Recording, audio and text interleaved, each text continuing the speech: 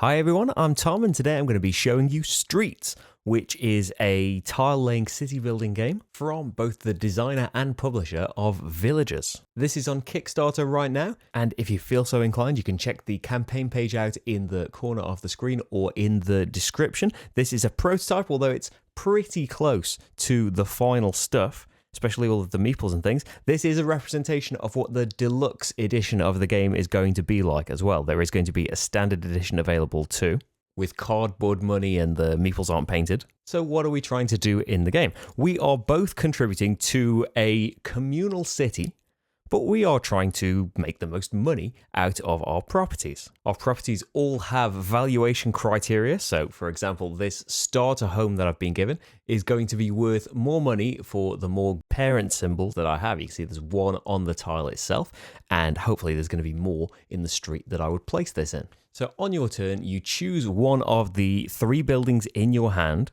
and you're going to place it in the city. Now, actually, I've got this sweet ice cream here that also wants the parent symbols, but will give me $6 for every 2.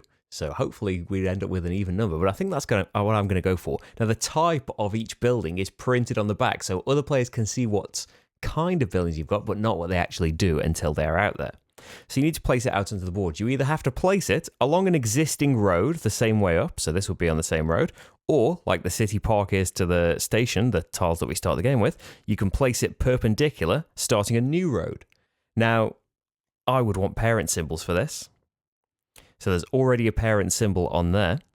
So I could pop this down, and I know that I've got another one in my hand. I could pop this down, and now for every symbol that's on the bottom of the tile, you take a customer of that type. In this case, the pink is the tourists, who just love some sweet ice cream. And then you fill up your hand from the stack. So I would have a realtor's office that would give me money for every building in the street that it's placed in. If the street scores, of course. You also need a valuation marker on it, of course, to remind everyone that that's yours. You own that. Now, if you run out of valuation tokens because streets haven't been scored yet, you can remove a valuation token from a building, but you're not going to get the money for it, and the people need to go somewhere else. So yeah, maybe you would want to build the chillax spa that gives you points for every tourist symbol in the street, because there's already 2 in the street. So that would be a good one to put down. It's got 2 blues on it. So yeah, Marty, who's just chilling off screen, could place that down, and you would put 2 of the shopper meeples on there, just hanging out at the spa. But that would actually work out great for me, because I have this high-end tailor. We're going to have to move the city around a little bit. And that gives me points for every shopper symbol that's in the street. And so inadvertently, Marty put more of those out, but couldn't have known I had those out there.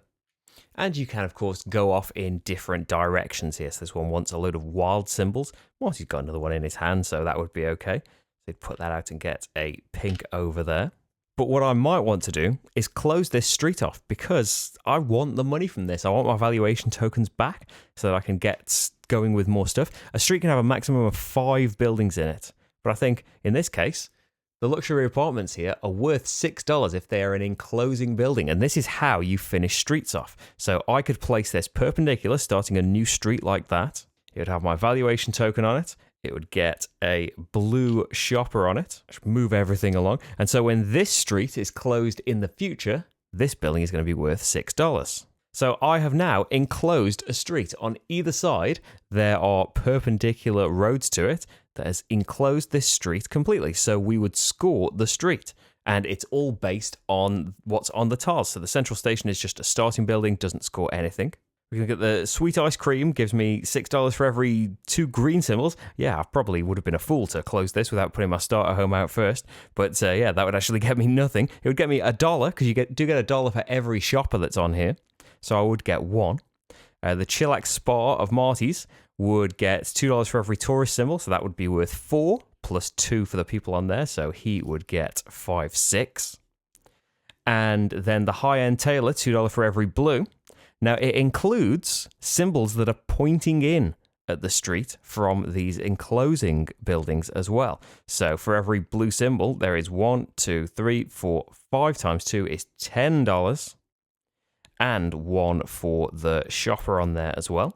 So all our valuation tokens come off these buildings and they are available for future placement. But now, though, the meeples are going to go somewhere else, and it's up to the person that's enclosing the street to decide where they go. In this case, I don't have much choice, because we would look at all of the shoppers here. They want to go to a blue building that isn't in an enclosed street. At the moment, that's just mine, so that is why I was kind of keen to end the street with this particular building here, because all of these shops are going to go over here, and so this was already scoring $6. It's now scoring an extra $5 for all the people that are on it. For the pink tourists, the only option is to send them over to Marty's, unfortunately, so I've given him a couple of points there. And there's nowhere for the parents, the greens, and the hipsters, the yellows, to go. So they stand up. They have got FOMO. They've got fear of missing out. They will go straight to a building as soon as somebody places one of that colour. So maybe Marty would want to get his starter home out, could even start a new street for it, or carry on the street with the city park on, just because that would get a green on it just for existing, because it's got one printed at the bottom. But then this parent at the central station would go straight over to Marty's building and lie down. And the same for the next person that builds a hipster building. As well as scoring for, symbols on other buildings, there are buildings like the car park that will give you $2 for every building surrounding it.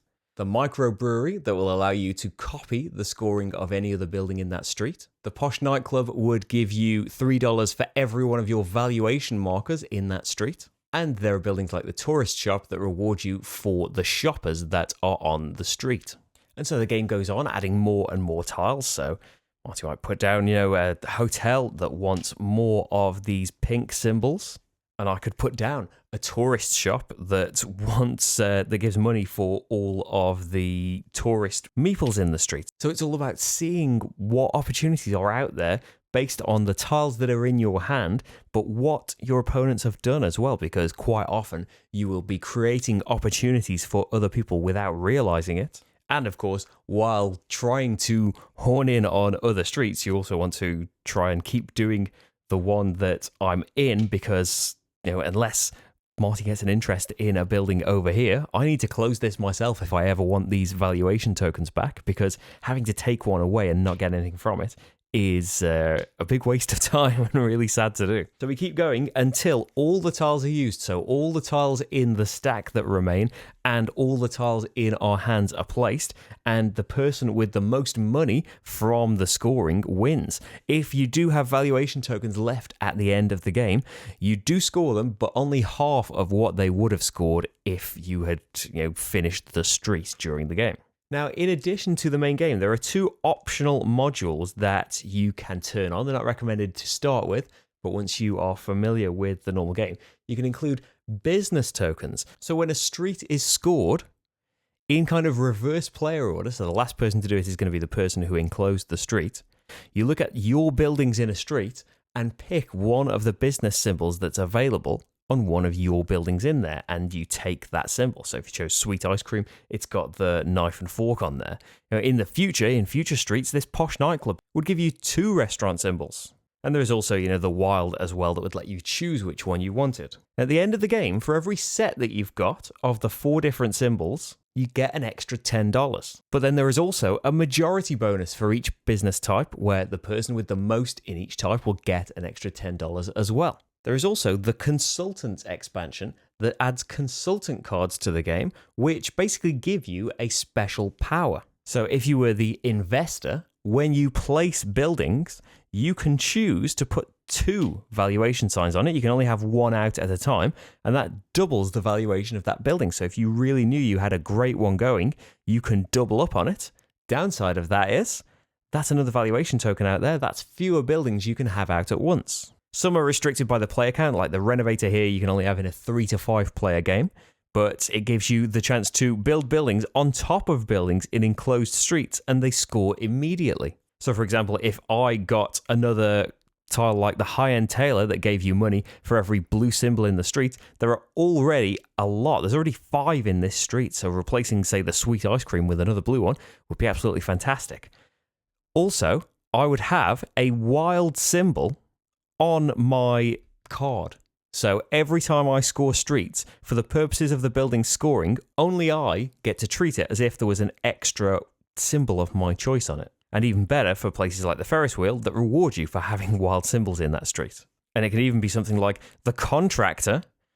When in setup, you set up for as if there was one extra player in the game, and the contractor must build and draw 2 buildings on their turns. There is also a solo mode of the game where the stack is face up. You set up as if it was a 2-player game and you play against the grifter. And so you know what the next building the grifter is going to build. He'll always build it in the most advantageous position where it's going to be worth the most money. And with that knowledge in mind, you need to kind of think ahead and how you can place to stop him getting as much money. Maybe closing off streets before we can get the most benefit out of it, for example. And the business token and the consultants expansions are both fully compatible with the solo mode.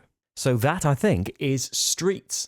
It's on Kickstarter, as I mentioned, and you can go and check out the campaign page in the description to see all of the final stuff and how you can get your hands on it if I've piqued your interest. There are many, many playthroughs. There are nearly 400 playthroughs on the channel to check out if you would like to see some more stuff. Maybe Villagers from the same team. But thank you very, very much for watching this one, though, and I will see you for the next game. Bye, everyone.